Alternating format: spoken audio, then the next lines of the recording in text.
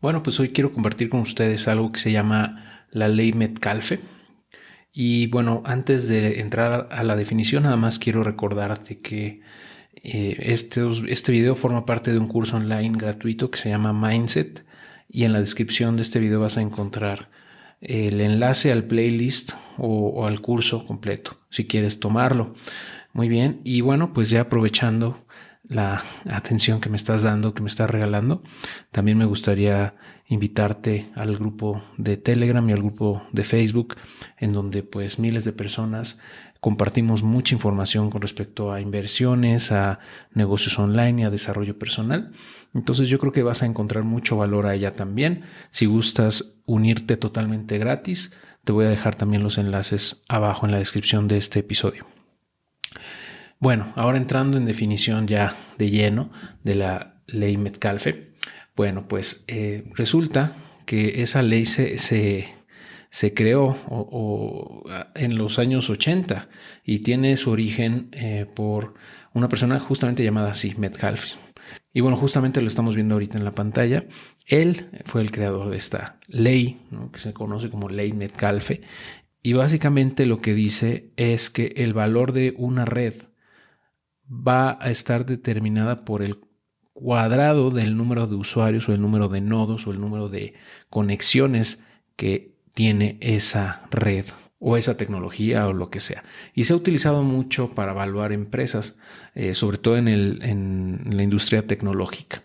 Y te voy a mostrar algunos ejemplos de cómo sucede esto. Por ejemplo, aquí estamos viendo pues cuál es el número de usuarios en Internet en el mundo en los últimos años y se está tratando de pronosticar cuál va a ser el número de usuarios dentro de los próximos 4 años, ¿no?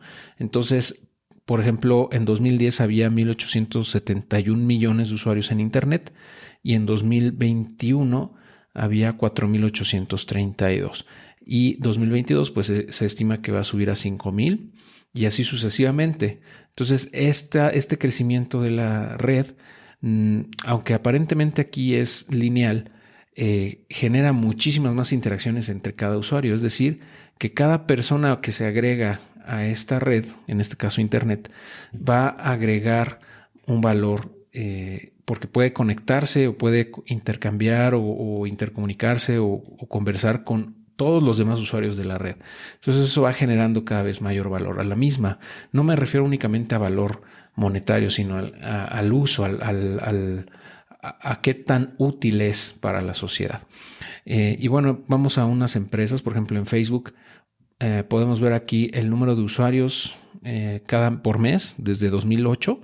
En 2008 había 100 millones y en 2021, al finalizar el 2021, eran casi 3.000 millones.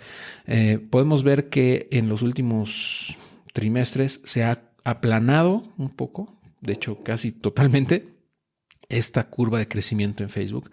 Y yo creo que eso también tiene que ver, por eso también más bien es que hemos visto el bajón que ha tenido las acciones de Facebook, ¿no? Porque también las estimaciones pues de las personas que evalúan estas empresas están viendo seguramente que hay una disminución en el número de usuarios, o por lo menos no es una disminución, pero sí es un estancamiento.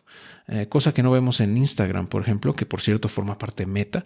Este ha crecido muchísimo. Por ejemplo, se duplicó de 2018 a 2021 el número de usuarios, pasando de 1.000 millones a 2.000 millones, ¿no? Entonces eso hace que Instagram pues tenga un valor muy grande también.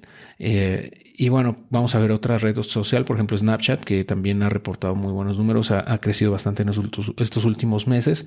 Vemos cómo su base de usuarios sigue creciendo desde 2019 de manera constante, ¿no? Entonces eso de alguna manera se va a ver reflejado, se está viendo reflejado ya en el precio de la acción, ¿no? También TikTok ni se diga, ¿no? Cómo ha subido en los últimos 2 años, ¿no? Tan solo ya rebasó los 1.000 millones de usuarios y está creciendo bastante.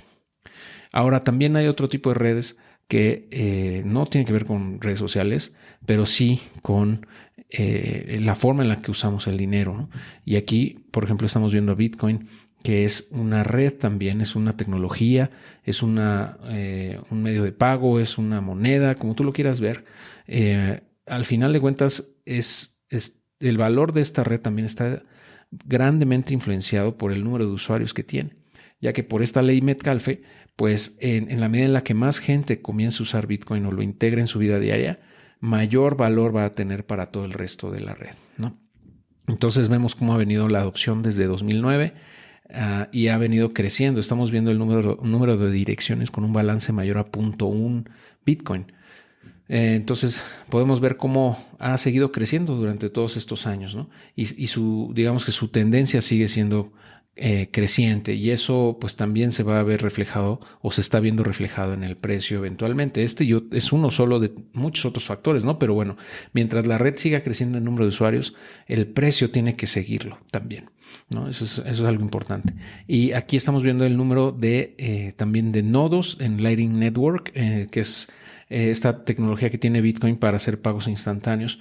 Y bueno, podemos ver cómo ha venido creciendo de manera casi exponencial, ¿no? Desde 2021 para acá, ¿no? Entonces eso es muy buena señal. Y también podemos ver en Ethereum, que es una red también muy importante, es la segunda en capitalización de mercado, cómo ha venido creciendo también en la adopción y esto lo estamos midiendo ahorita con las direcciones que tienen un balance mayor a un Ether, ¿no? Entonces podemos ver que en 2017 tuvo un crecimiento parabólico, ¿no? en el bull run de 2017.